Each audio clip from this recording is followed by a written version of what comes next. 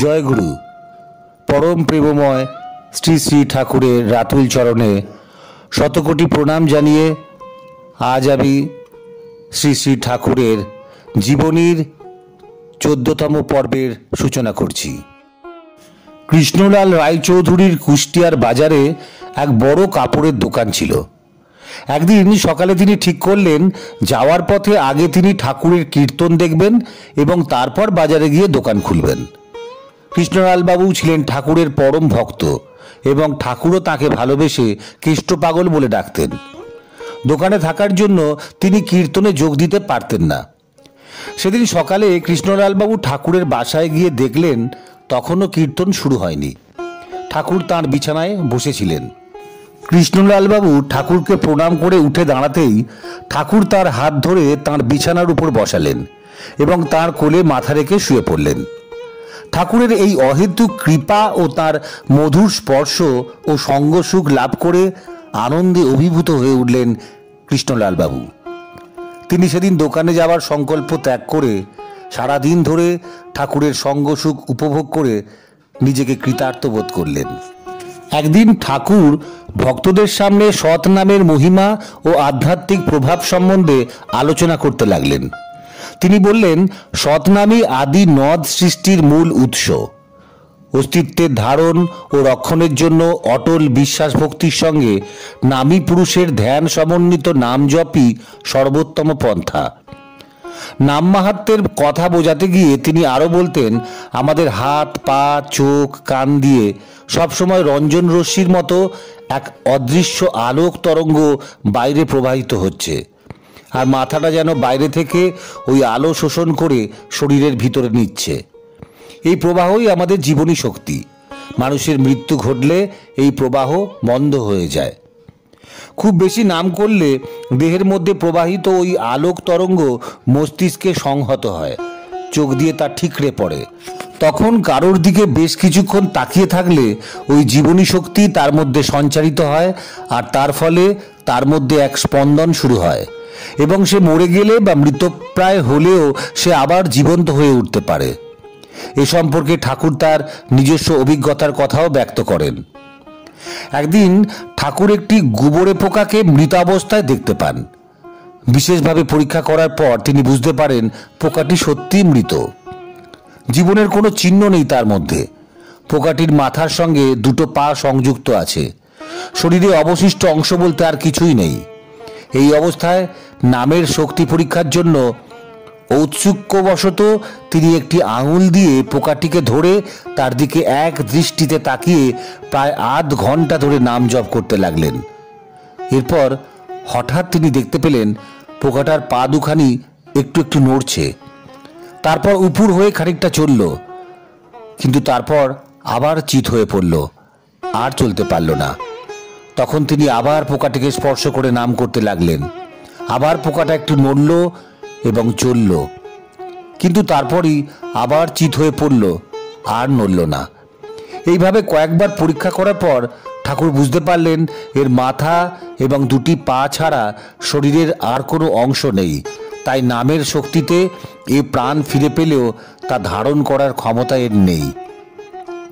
আরেকদিন ঠাকুর একটি মৃত আরশোলাকে স্পর্শ করে নাম জপ করার ফলে মৃত আরশোলাটি পুনর্জীবিত হয়ে উঠেছিল। তার ফলে ঠাকুরের মনে এই বিশ্বাস দৃঢ় হয়ে ওঠে যে নাম স্পন্দনের শক্তি বলেই মৃত আরশোলা প্রাণ ফিরে পেয়েছে। এইভাবে তিনি আরও কয়েকটি ঘটনার মাধ্যমে নাম স্পন্দনের শক্তি সম্বন্ধে নিশ্চিত হয়ে ওঠেন। ঠাকুর বুঝলেন নাম স্পন্দনের এই শক্তি ব্যাপকভাবে মানুষের মধ্যে প্রয়োগ করলে বহু লোকের উপকার হবে। জনসাধারণকে নাম জপের শক্তি প্রয়োগে সুফল দান করার জন্য এক নাম চিকিৎসালয় স্থাপনের সংকল্প করলেন ঠাকুর। নাম স্পন্দনের সাহায্যে জীবনী শক্তির সঞ্চার ও তার গতিবেগ বৃদ্ধি করে মৃত ব্যক্তিকে পুনরুজ্জীবিত এবং দুরারোগ্য রোগীকে নিরাময় করে তোলার জন্য এক চিকিৎসালয় স্থাপন করলেন ঠাকুর। কুষ্টিয়ার এক ধারে রাস্তার উপর একটি দোতলা বাড়িতে সেই নাম চিকিৎসালয় স্থাপিত হলো।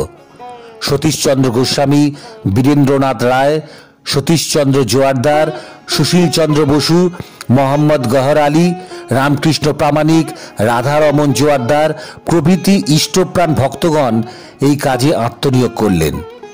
ঠাকুরের নির্দেশ মতো এরা বহু জায়গায় বড় বড় ডাক্তারদের দ্বারা পরিত্যক্ত বহু মৃতপ্রায় মুমূর্ষু রোগীকে নাম চিকিৎসার দ্বারা নিরাময় করে তুলতে সক্ষম হয়েছিলেন। এই প্রসঙ্গে উল্লেখ করা উচিত যে কুষ্টিয়ার ডাকপিয়ন লক্ষণ ঘোষ, বড়ইচারার জানকী হালদার ও মতি সাহা প্রভৃতি তুমুল কীর্তনের মাধ্যমে নাম স্পন্দনের শক্তি বলে দুরারোগ্য ব্যাধির কবল থেকে আশ্চর্যরূপে রক্ষা পেয়েছিলেন। এইভাবে নাম চিকিৎসার দ্বারা দুরারোগ্য ব্যাধির নিরাময় ও মৃতপ্রায় রোগীকে বাঁচিয়ে তোলা সম্বন্ধে আরও বহু ঘটনার কথা জানতে পারা যায়।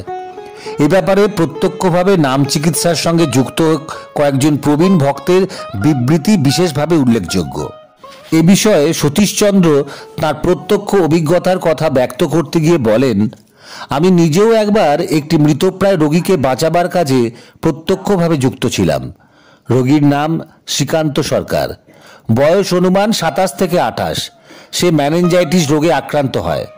তখন এই রোগের কোনো চিকিৎসা ব্যবস্থাই ছিল না। রোগীর আরোগ্য লাভের কোনো আশা নেই দেখে ডাক্তাররা তাকে পরিত্যাগ করে চলে যান।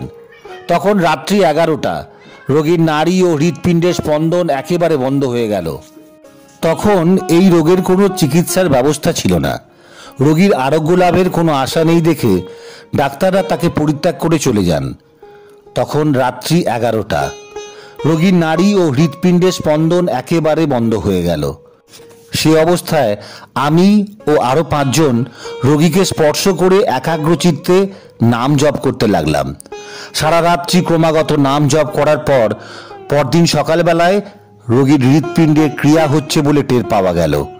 তখন রোগী সম্পূর্ণ অজ্ঞান। আমরা 6 জন তখন প্রাতকৃত্যের জন্য কিছুক্ষণের জন্য বিদায় নিলাম। অপর 6 জন আমাদের পরিবর্তে রোগীকে স্পর্শ করে নাম জপ করতে লাগলো। 3 দিনের দিন রোগীর সম্পূর্ণ জ্ঞান ফিরে এলো।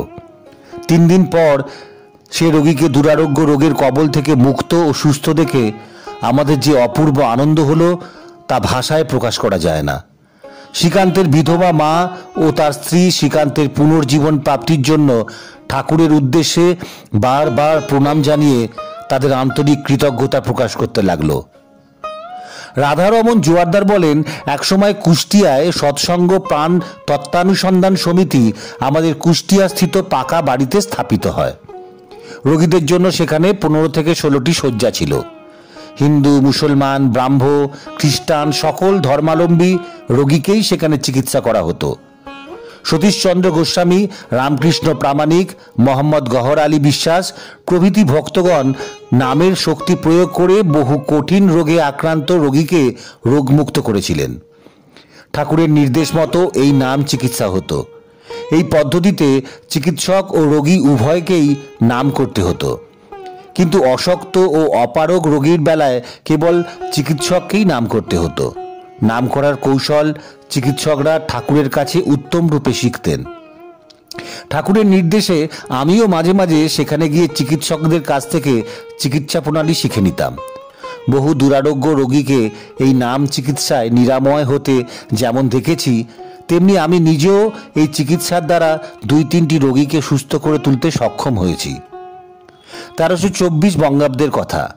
কুষ্টিয়ার বহু অঞ্চলে কয়েক বৎসর নাম প্রচারের ফলে কুষ্টিয়া ও তার পার্শ্ববর্তী স্থানসমূহের বহু নরনারী সৎ নামের মন্ত্রে দীক্ষা গ্রহণ করে। সংকীর্তন ও সৎ আলোচনার মাধ্যমে ওই সমস্ত নবীন দীক্ষিতদের ইষ্টানুসরণে প্রেরণা যোগাবার জন্য এবং ওই অঞ্চলের সর্বত্র আরও ব্যাপকভাবে নাম প্রচারের জন্য ঠাকুর কুষ্টিয়ায় একটি আশ্রম প্রতিষ্ঠার ইচ্ছা প্রকাশ করেন। সেই ইচ্ছানুসারে পরম ভক্ত ও শিষ্য সতীশচন্দ্র জোয়ারদারের কলাবাগানের বাড়িতে এই আশ্রম স্থাপিত হয়।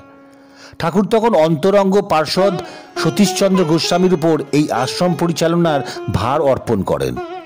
আশ্রমে নিয়মিত প্রতিদিন ঠাকুরের সেবা পূজা, নাম ধ্যান, সদালোচনা ও সংকীর্তনাদি চলতে থাকে। আশ্রমে সকল সময়ে আনন্দোৎসব লেগে থাকত। 10 থেকে 12 জন লোক সব সময় সেখানে বাস করত এবং প্রত্যহ দূর দূরান্ত থেকে ভক্তরা এসে সমাবেত হতেন সেখানে। এজন্য আশ্রম সব সময় খোলা থাকত। সেকালে কুষ্টিয়ার 5 মাইল দক্ষিণে গড়াই নদীর শাখা কালীগঙ্গার তীরবর্তী কমলাপুর একটি বর্ধিষ্ণু গ্রাম ছিল। এই গ্রামের ধনী জমিদার ভক্ত সুরেন্দ্রমোহন বিশ্বাসের ঐকান্তিক আগ্রহে শ্রী ঠাকুরের একটি আশ্রম প্রতিষ্ঠিত হয়। সুরেন্দ্রমোহন ঠাকুরের অন্তরঙ্গ পার্ষদ সতীশচন্দ্র গোস্বামীর মাধ্যমে ঠাকুরের কাছ থেকে আশ্রম প্রতিষ্ঠার অনুমতি লাভ করেন। ভক্তদের সবিশেষ অনুরোধে এবং নাম প্রচারের সুযোগ সুবিধার কথা বিচার বিবেচনা করে অবশেষে সতীশচন্দ্র গোস্বামীকে কলাবাগানের আশ্রমটিকে কমলাপুরে স্থানান্তরিত করার নির্দেশ দেন।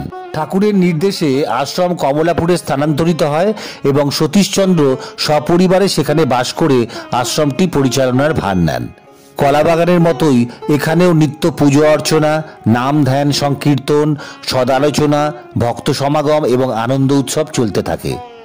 সতীশচন্দ্র গোস্বামী দিবারাত্র যাজন কাজে ব্যাপৃত থাকতেন। নিত্য সংকীর্তন দল নিয়ে নগরের বহু স্থান পরিভ্রমণ করে নাম সুধা বিতরণ করে বহু নরনারীর তাপিত প্রাণকে শীতল করেন। এইভাবে আশ্রমের সেবা কার্যের সুনাম চারদিকে ছড়িয়ে পড়ে। দূর দূরান্ত থেকে ভক্তরা এসে সৎ নামে দীক্ষা গ্রহণ করতে থাকে। কিছুকালের মধ্যেই আশ্রমটি শ্রী শ্রী অনুকূল ঠাকুরের আশ্রম নামে সকলের কাছে পরিচিত হয়ে ওঠে। ঠাকুরের জীবনীর আজকের পর্বের এখানেই সমাপ্তি। যদি পর্বটি ভালো লেগে থাকে তাহলে লাইক কমেন্ট করতে ভুলবেন না। যারা আমার চ্যানেলটি প্রথম দেখছেন তারা চ্যানেলটিতে দেওয়া সাবস্ক্রাইব বাটনটি এবং পাশে থাকা বেল আইকনটি প্রেস করে আমার পরবর্তী পর্বগুলির নোটিফিকেশন পেয়ে যাবেন এবং এই ভিডিওর আই বাটন প্রেস করে আগের পর্বগুলি আপনারা শুনে নিতে পারবেন। ভালো থাকবেন, পাশে থাকবেন। জয় গুরু, বন্দে পুরুষোত্তম।